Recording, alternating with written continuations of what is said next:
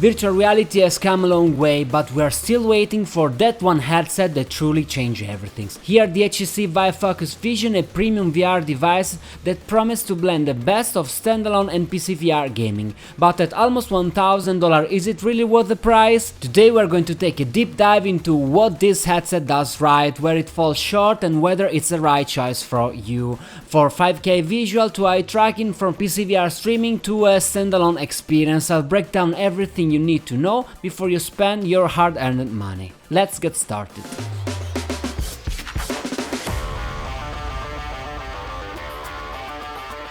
I spent the last few weeks with the Vive Focus Vision, and after trying it out, I found myself facing mixed feelings. On one hand, it is a standalone device with several excellent features, including a hot-swappable battery, eye tracking, and other significant improvements compared to PCVR headsets from a few years ago.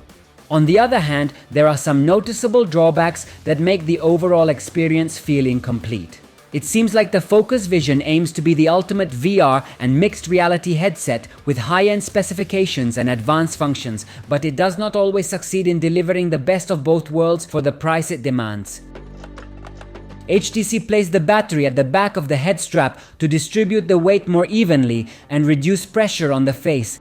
Sturdy plastic arms on each side connect the front and back parts in a stable way without sacrificing comfort. The front contains the displays, lenses, and all the cameras needed for inside-out tracking, pass-through, and eye tracking.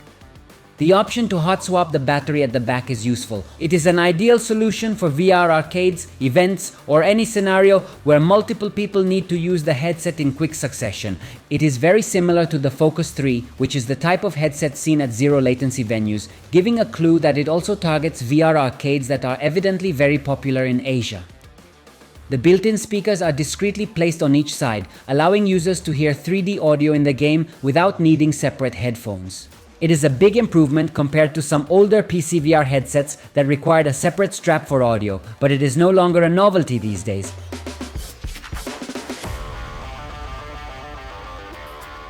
Image quality and overall clarity are often the most important aspects for many people evaluating a new purchase or an upgrade from an older PCVR headset. The Focus Vision reaches almost 5K resolution with 2400 by 2400 pixels per eye. It is quite high and makes reading text and interfaces easy as long as the headset is worn correctly. When it is not positioned properly, eye tracking takes a few seconds to recenter on the pupil in the correct way. This is a feature that would be useful to have all the time. There are also no screen door effects that used to be visible on older headsets. Unfortunately, the device uses Fresnel lenses, which seems like the only choice linked to the past. This returns us to 2019 in a way that seems completely unjustified. Many people now prefer pancake lenses because Fresnel lenses have visible ridges that introduce God rays and distortions that no longer feel acceptable unless it is a budget product intended for a different audience. The sweet spot is also not the largest ever seen, so if you are used to moving your eyes rather than turning your head, you will notice it more than you would like, especially because the display beneath it is very good. The 2400 by 2400 pixels per eye with excellent black levels deserve better lenses. It is easy to imagine how good it would have been if this panel were inside the PlayStation VR 2.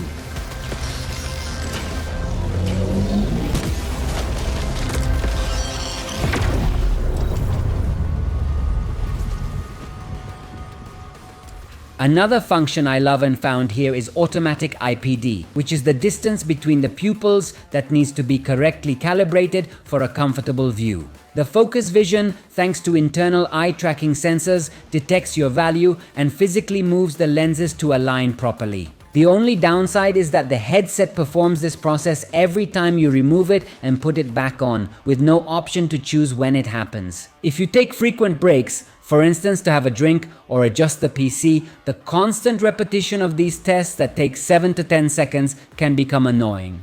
It is possible to turn it off entirely, but that makes little sense because it would be better if it saved the setting unless it detected a clear difference from the previous session.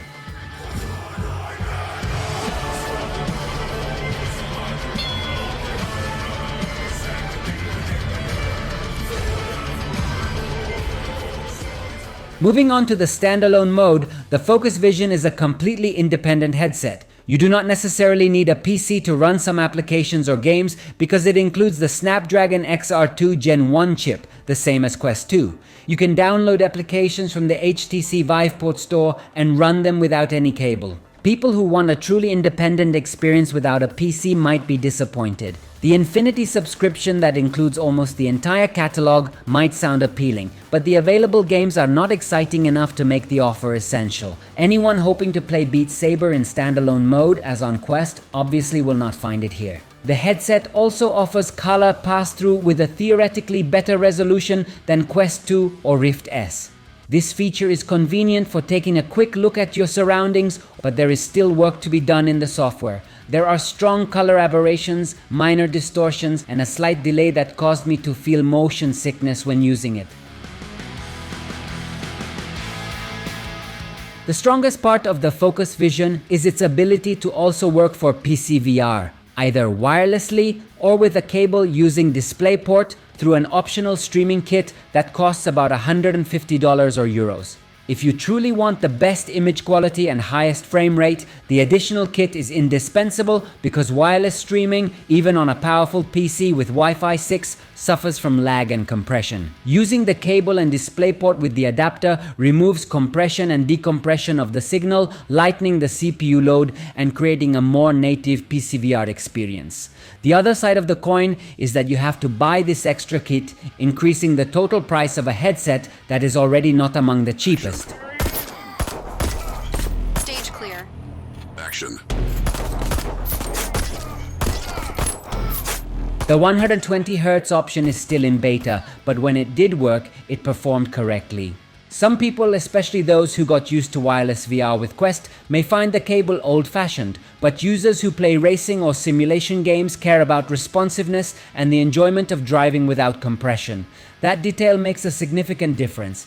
People are willing to pay double or triple if they can rely on a stable wired connection. The Focus Vision does not recharge when it is connected to the PC by cable. The headset still runs on the internal battery, so if you plan on a long gaming session, you need to keep an eye on the battery level or swap in a spare if you have one. This design choice is more frustrating for me than the Fresnel lenses. I am not an engineer, but I believe it is a major flaw that the battery does not recharge when it is connected. Asfalto. Non tagliare attraverso I covoni. Tieni la destra su 30, 1 destra. Apre su crinale, ghiaia, 50, 5 sinistra, impiatto destra su crinale, apre lunga. The controllers also have positive and negative aspects. They include the standard buttons and 2 triggers, and they are significantly larger than touch controllers. For me, they are extremely comfortable. Another detail for controller enthusiasts is that at the end of the trigger pull, both the triggers and the grip produce a click. I am a fan of controllers, and these tiny elements can make me choose one headset over another. Occasionally the controllers lost connection, forcing me to restart the streaming software or Steam VR, but it only happened twice in 1 month. Hand tracking is present, but it is still an early stage technology. You can do some basic actions in the interface without controllers, but it is not yet reliable or noteworthy.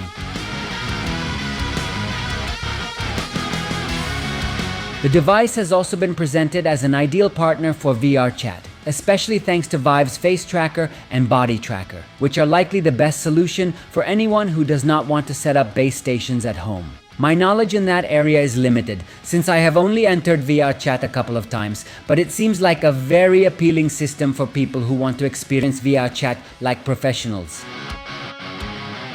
When considering the overall value of the Vive Focus Vision, it competes with other standalone solutions that have much larger libraries or PCVR-only headsets that are more mature for PCVR at the same price point. The combination of high-resolution, built-in audio, color pass-through, eye tracking, and hand tracking is intriguing. If everything worked perfectly, it would be a truly noteworthy device.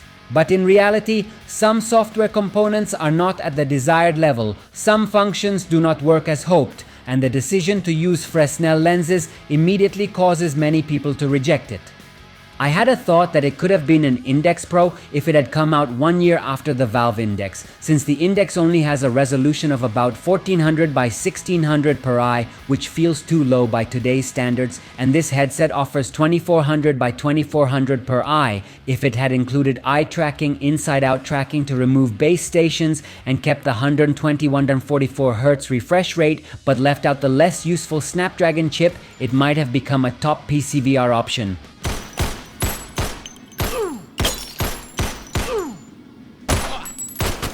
Another problem taken care of. In conclusion, the Vive Focus Vision feels like a complex product in a transitional phase. It wants to be a high-end option that includes everything: automatic lens adjustment, eye tracking, color pass-through, comfort, and extended battery life thanks to the swappable battery. When it is connected to a PC with DisplayPort, it has good quality, a wide field of view, and might even surpass other models in terms of pure resolution. However, considering the price, there are more affordable alternatives with bigger content libraries. There are headsets at half the price that use pancake lenses, are easier to set up, and have a more abundant game catalog. The PlayStation VR 2 with a PCVR adapter also costs less and includes some interesting features. The final impression is that HTC has tried to appeal to both the enterprise and consumer markets with a headset that wants to do everything, yet it only truly shines in certain areas. It is expensive, but it might be a good investment for VR arcades, events, or experienced PCVR users who want a headset with 5K resolution, a swappable battery, and advanced functions such as eye tracking. Anyone seeking a wide standalone library, everyday ease of use, and immediate pass-through could be disappointed. The hardware potential is high, but the software still feels unfinished, and the Fresnel lens choice feels like a step backward. It sits halfway between a top-of-the-line headset and a platform that is still under development. If its strong points match your requirements, it could be worth a chance.